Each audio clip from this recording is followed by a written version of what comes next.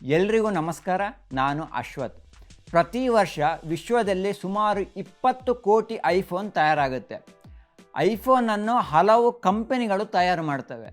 ಈ ಪೈಕಿ ತೈವಾನ್ ಮೂಲದ ಫಾಕ್ಸ್ಕಾನ್ ಕಂಪನಿ 70% ಐಫೋನನ್ನು ತಯಾರು ಮಾಡ್ತವೆ. ಅಂದರೆ ವರ್ಷಕ್ಕೆ ಸುಮಾರು 14 ಕೋಟಿ ಐಫೋನ್ ಫಾಕ್ಸ್ಕಾನ್ ಕಂಪನಿಯೊಂದೇ ತಯಾರು ಮಾಡುತ್ತೆ. ಇದು ಐಫೋನ್ ಮಾತ್ರವಲ್ಲ, ಗೂಗಲ್ ಪಿಕ್ಸೆಲ್ ಸಾಧನಗಳು, ಸೋನಿ ಪ್ಲೇಸ್ಟೇಷನ್ ಸಹ ತಯಾರು ಮಾಡುತ್ತೆ. 1974ರಲ್ಲಿ ಆರಂಭಗೊಂಡ ಈ ಕಂಪನಿಗೆ ವಿಶ್ವದಲ್ಲಿ 12 ಲಕ್ಷಕ್ಕೂ ಹೆಚ್ಚಿನ ಸಂಖ್ಯೆಯಲ್ಲಿ ಉದ್ಯೋಗಿಗಳಿದ್ದಾರೆ. ಎಲೆಕ್ಟ್ರಾನಿಕ್ಸ್, ಇಂಟಿಗ್ರೇಟೆಡ್ ಸರ್ಕ್ಯೂಟ್, ಮದರ್ಬೋರ್ಡ್ ಇತ್ಯಾದಿಗಳನ್ನು ಉತ್ಪಾದಿಸುತ್ತೆ. ಚೀನಾ, ಬ್ರೆಜಿಲ್, ಭಾರತ, ಯುರೋಪ್ ಸೇರಿದಂತೆ ಮೆಕ್ಸಿಕೋದಲ್ಲಿ ತನ್ನ ಫ್ಯಾಕ್ಟರಿಯನ್ನು ಸ್ಥಾಪನೆ ಮಾಡಿದೆ. ಭಾರತ ವಿಶ್ವದ ದೊಡ್ಡ ಮಾರ್ಕೆಟ್ ಅನ್ನೋದು ಎಲ್ಲರಿಗೂ ಗೊತ್ತಿರೋ ವಿಚಾರ. ಈ ಮಾರ್ಕೆಟನ್ನು ಯಶಸ್ವಿಯಾಗಿ ಬಳಕೆ ಮಾಡಿದರೆ ಪಕ್ಕಾ ರಿಸಲ್ಟ್ ಬರುತ್ತೆ ಅನ್ನೋದು ಮತ್ತೊಮ್ಮೆ ಪ್ರೂವ್ ಆಗಿದೆ. ಈ ಫಾಕ್ಸ್ಕಾನ್ ಕಂಪನಿ 7 ವರ್ಷದ ಹಿಂದೆ ಭಾರತದಲ್ಲಿ ತನ್ನ ಘಟಕವನ್ನು ಸ್ಥಾಪನೆ ಮಾಡಿತ್ತು. ಈಗ ಸರಿಸುಮಾರು 84,000 ಕೋಟಿ ರೂಪಾಯಿ ವ್ಯವಹಾರ ಮಾಡಿದೆ. ಭಾರತದಲ್ಲಿ 11,742 ಕೋಟಿ ರೂಪಾಯಿ ಹೂಡಿಕೆ ಮಾಡಿರೋ ಫಾಕ್ಸ್ಕಾನ್ ಕರ್ನಾಟಕದಲ್ಲಿ ಪ್ರಾಜೆಕ್ಟ್ ಎಲಿಫೆಂಟ್ ಹೆಸರಿನಲ್ಲಿ ಒಂದು ದೊಡ್ಡ ಘಟಕವನ್ನು ಸ್ಥಾಪನೆ ಮಾಡಲು ಮುಂದಾಗ್ತಾ ಇದೆ. ಈಗ ಈ ಕಂಪನಿಯ ಬಗ್ಗೆ ಮಾತನಾಡಲಿಕ್ಕೂ ಕಾರಣವಿದೆ.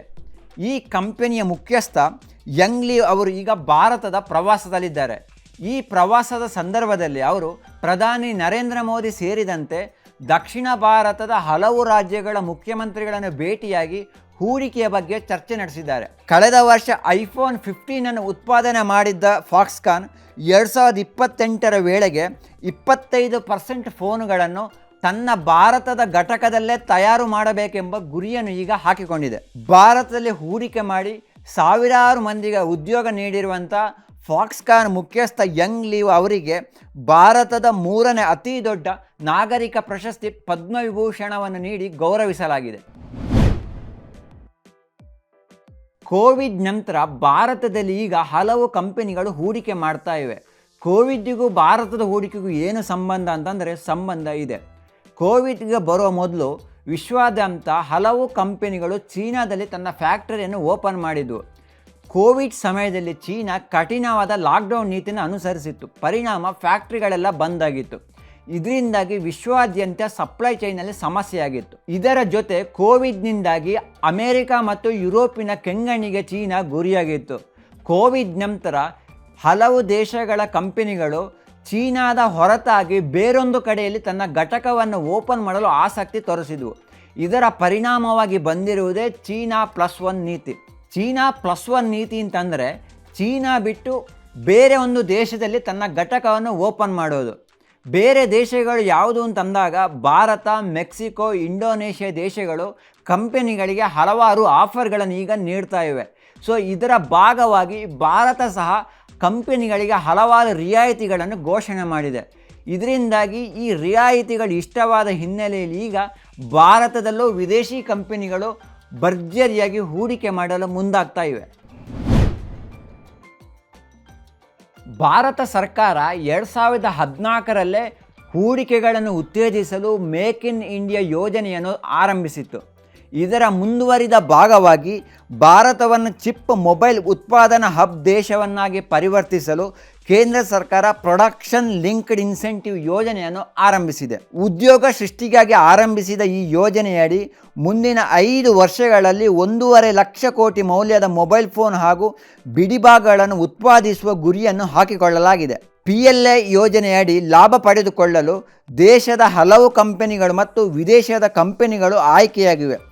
ಈ PLI ಯೋಜನೆಗೆ ತೈವಾನ್ನ ಫಾಕ್ಸ್ಕಾನ್ ಕಂಪನಿ ಸಹ ಆಯ್ಕೆಯಾಗಿದೆ. ಫಾಕ್ಸ್ಕಾನ್ ತಮಿಳುನಾಡಿನಲ್ಲಿ $190 ಮಿಲಿಯನ್ ಹೂಡಿಕೆ ಮಾಡಿದರೆ ತೆಲಂಗಾಣದಲ್ಲಿ $357 ಮಿಲಿಯನ್ ಹಣವನ್ನು ಹೂಡಿಕೆ ಮಾಡಿದೆ. ತಮಿಳುನಾಡಿನ ಶ್ರೀಪೆರಂಬಂದೂರು ಬಳಿ ಮಹಿಳಾ ಉದ್ಯೋಗಿಗಳಿಗೆ 20 ಎಕರೆ ಜಾಗದಲ್ಲಿ 700 ಕೋಟಿ ರೂಪಾಯಿ ವೆಚ್ಚದಲ್ಲಿ ಚೀನಾ ಮಾದರಿಯ ಹಾಸ್ಟೆಲನ್ನು ನಿರ್ಮಾಣ ಮಾಡಿದೆ. ಒಟ್ಟು ಈ ಹಾಸ್ಟೆಲ್ನಲ್ಲಿ ಬರೋಬ್ಬರಿ 18,000ಕ್ಕೂ ಹೆಚ್ಚು ಉದ್ಯೋಗಿಗಳು ವಸತಿ ವ್ಯವಸ್ಥೆಯನ್ನು ಕಲ್ಪಿಸಲಾಗಿದೆ. ತಮಿಳುನಾಡಿನಲ್ಲಿ 41,000 ಉದ್ಯೋಗಿಗಳಿದ್ದು ಈ ಪೈಕಿ 35,000 ಮಂದಿ ಮಹಿಳಾ ಉದ್ಯೋಗಿಗಳಾಗಿರುವುದೇ ವಿಶೇಷ.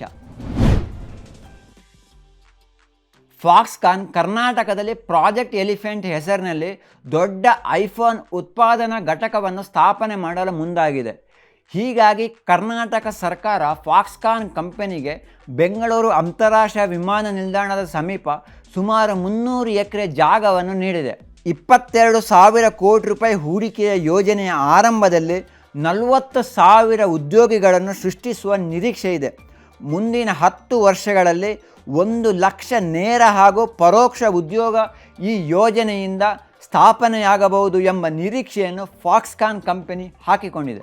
ಇಲ್ಲಿ ಐಫೋನ್ ಅಲ್ಲದೆ ಆ್ಯಪಲ್ ಫೋನಿಗೆ ಬಳಸುವ ಸಾಧನಗಳು, ಬೇರೆ ಎಲೆಕ್ಟ್ರಾನಿಕ್ ಡಿವೈಸ್ ಜೊತೆ ಎಲೆಕ್ಟ್ರಿಕ್ ವಾಹನಗಳ ಬಿಡಿಭಾಗಗಳನ್ನು ಸಹ ತಯಾರಿಸಲು ಉದ್ದೇಶಿಸಲಾಗಿದೆ. ಈ ಘಟಕ ಪೂರ್ಣ ಪ್ರಮಾಣದಲ್ಲಿ ಕೆಲಸ ಮಾಡಿದರೆ ಚೀನಾದಲ್ಲಿನ ಘಟಕದ ನಂತರ ಈ ಘಟಕ 2ನೇ ಅತಿ ದೊಡ್ಡ ಫಾಕ್ಸ್ಕಾನ್ ಘಟಕವಾಗಿ ಹೊರಹೊಮ್ಮಲಿದೆ. ಫಾಕ್ಸ್ಕಾನ್ ಕಂಪನಿಗೆ ನೀರು, ವಿದ್ಯುತ್, ರಸ್ತೆ ಮತ್ತಿತರ ಸೌಲಭ್ಯಗಳನ್ನು ರಾಜ್ಯ ಸರ್ಕಾರ ನೀಡಬೇಕಾಗುತ್ತೆ. ಸಾಫ್ಟ್ವೇರ್ ಸರ್ವಿಸ್ನಲ್ಲಿ ಭಾರತ ದೊಡ್ಡ ಸಾಧನೆ ಮಾಡಿದ್ರು, ಹಾರ್ಡ್ವೇರ್ನಲ್ಲಿ ನಮ್ಮ ಸಾಧನೆ ಅಷ್ಟೇನೂ ಇಲ್ಲ. 10 ವರ್ಷದ ಹಿಂದೆ ಐಫೋನ್ ಬಿಡುಗಡೆಯಾಗಿ 7-8 ತಿಂಗಳ ನಂತರ ಭಾರತದಲ್ಲಿ ಬಿಡುಗಡೆಯಾಗ್ತಾ ಇತ್ತು. ಆದರೆ ಈಗ ಭಾರತದಲ್ಲೇ ತಯಾರಾಗಿ ವಿಶ್ವಕ್ಕೆ ಐಫೋನನ್ನು ಮಾರಾಟ ಮಾಡುವ ಹಂತಕ್ಕೆ ಭಾರತ ಬೆಳವಣಿಗೆಯಾಗಿದೆ. ನಿಜಕ್ಕೂ ಇದು ದೊಡ್ಡ ಸಾಧನೆಯಾಗಿದ್ದರೂ ಚೀನಾವನ್ನು ಉತ್ಪಾದನಾ ಕ್ಷೇತ್ರದಲ್ಲಿ ಸೋಲಿಸಬೇಕಾದರೆ ಭಾರತ ತುಂಬ ಶ್ರಮ ಪಡಬೇಕು. ಈ ನಿಟ್ಟಿನಲ್ಲಿ ಫಾಕ್ಸ್ಕಾನ್ ಮೂಲಕ ಭಾರತ ಈಗ ಹಾರ್ಡ್ವೇರ್ ಕ್ಷೇತ್ರದತ್ತ ವಾಲ್ತಾ ಇದೆ.